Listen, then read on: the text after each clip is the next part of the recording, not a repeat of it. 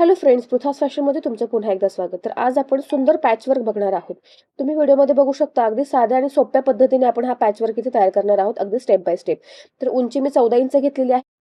5.5 इंचावर शोल्डरसाठी marking केलेलं आहे, 6 इंचावर आर्महोलसाठीचं आणि तुमची जेवढी चेस्ट आहे तिचा चौथा भाग प्लस तुम्हाला तुमच्या कमरेचा चौथा भाग आणि डाटसाठी 1 इंच या पद्धतीने मार्किंग करायचं आहे.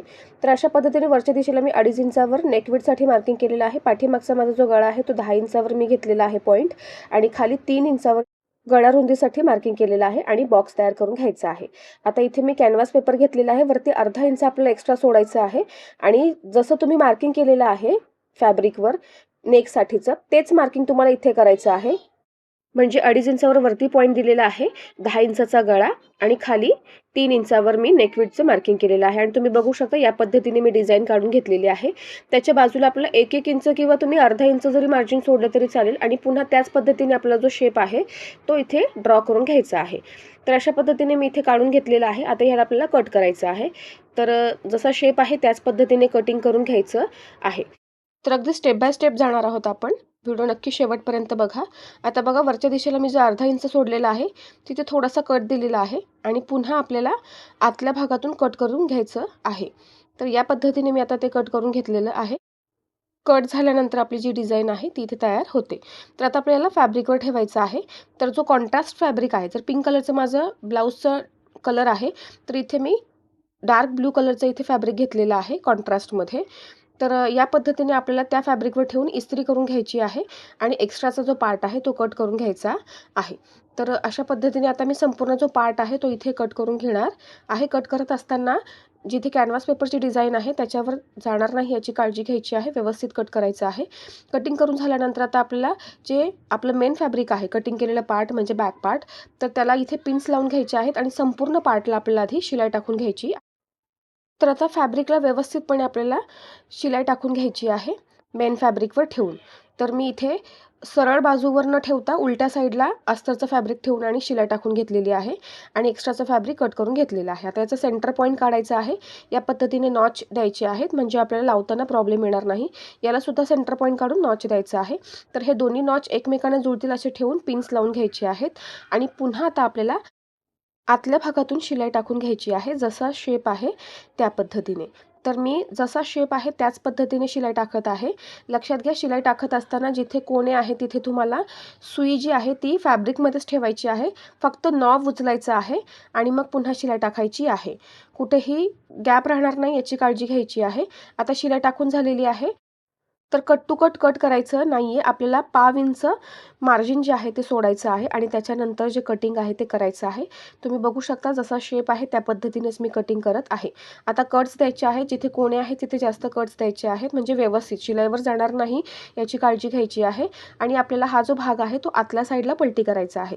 तर पलटी करण्याआधी जे कोणे आहेत ते बाहेर काढायचे आहेत. इथे तुम्ही एखाद्या टोकदार वस्तूचा देखील वापर करू शकता म्हणजे जे कोणे आहेत ते व्यवस्थित बाहेर येतील आणि फिनिशिंगने आपला जो गळा आहे तो इथे बाहेर आलेला दिसेल. आता पुन्हा आपल्याला शिलाई टाकून घ्यायची आहे. तर दाब शिलाई टाकायची आहे आधी गळ्याच्या बाजूला. तर बघा मी आता दाब शिलाई इथे टाकून घेत आहे. आता पुन्हा जो भाग आपला आहे बाहेर तुम्ही बघू शकता ओपन भाग दिसत आहे. तिथे सुद्धा आपल्याला शिलाई टाकायची आहे. तर आता शिलाई टाकत असताना व्यवस्थित टाकायची आहे. शिलाई टाकत असताना सावकाशपणे शिलाई टाकायची आहे. जसा शेप आहे त्याच पद्धतीने आपली शिलाई जी आहे ती व्यवस्थित आली पाहिजे म्हणजे जो पॅच आहे तो व्यवस्थित तिथे सेट होतो.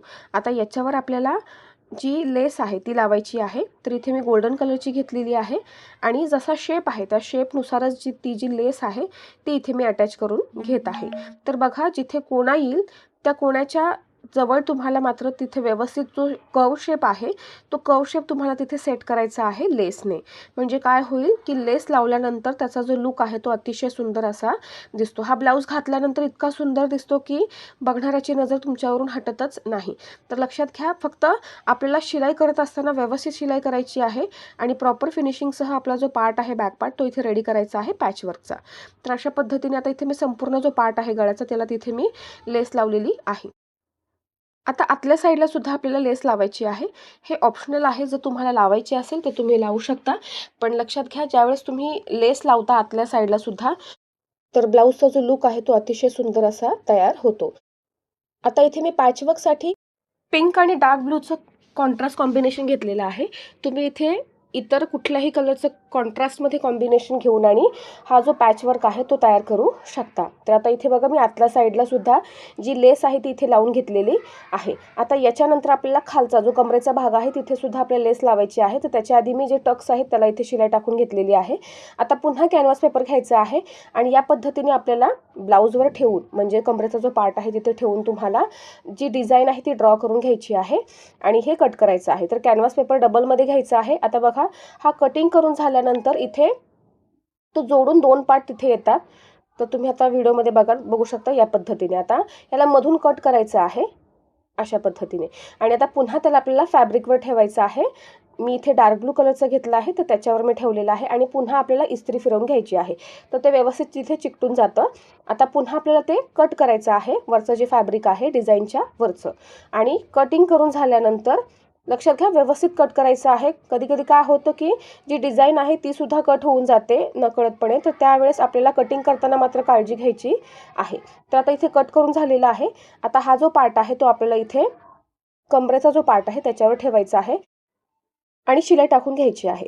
आता शिलाई टाकत असताना लक्षात घ्या कमरेचा जो बॉटम पार्ट आहे त्याला व्यवस्थित अटॅच करायची आहे आणि मग शिलाई टाकायची आहे. आता वरच्या दिशेला सुद्धा आपल्याला शिलाई टाकायची आहे. मी इथे मार्किंग करून आणि मगच ती जी कॅनव्हासची स्ट्रीप आहे ती कट करून घेतलेली आहे आणि जेवढी मला पट्टी लागणार आहे डार्क ब्लू कलरची ती सुद्धा मी इथे मोजूनच घेतलेली आहे. अंदाजे घ्यायची नाही. आता शिलाई टाकून झालेली आहे. पुन्हा आता आपल्याला जी आउटलाईन आहे त्या आउटलाईनला लेस लावायची आहे. पण त्याच्या आधी इथे आपल्याला कमरेच्या पार्टला आपल्याला पट्टी अटॅच करून घ्यायची आहे. स्ट्रीप जी आहे ती कट करून घेतलेली आहे आणि कमरेच्या पार्टला आता इथे मी अटॅच करून घेत आहे. तर अशा पद्धतीने आपल्याला स्टेप बाय स्टेप जायचं आहे म्हणजे आपला ब्लाऊज जो आहे तो व्यवस्थित रेडी होतो. आता पुन्हा खालच्या बाजूला जिथे आपण पट्टी अटॅच केलेली आहे तिथे लेस लावायची आहे. तर तिथे गोल्डन कलरची लेस मी अटॅच केलेली आहे. त्याच्यावर शिलाई देखील टाकून घेतलेली आहे. आता पुन्हा वरचा जो पार्ट आहे डिझाईनचा त्याच्यावर जसा डिझाईनचा शेप आहे त्या शेपनुसारच आपल्याला जी लेस आहे ती इथे आपल्याला अटॅच करून घ्यायची आहे. तर आता इथे मी बघा तुम्ही व्हिडिओमध्ये बघू शकता की जसा शेप आहे त्या शेपनुसारच मी ती जी लेस आहे तिला टर्न करत आहे. म्हणजे तिचा जो कर्व शेप आहे तिथे सुद्धा त्या कर्व शेपनुसारच मी ती लावून घेत आहे आणि त्याच्यावर शिलाई टाकून घेत आहे. तर अशा पद्धतीने आपला पाठीमागचा जो पॅचवर्क आहे तो इथे रेडी झालेला आहे. व्हिडिओ कसा वाटला ते नक्की सांगा. चॅनलला लाईक आणि शेअर करायला विसरू नका. भेटूत पुढच्या व्हिडिओमध्ये. तोपर्यंत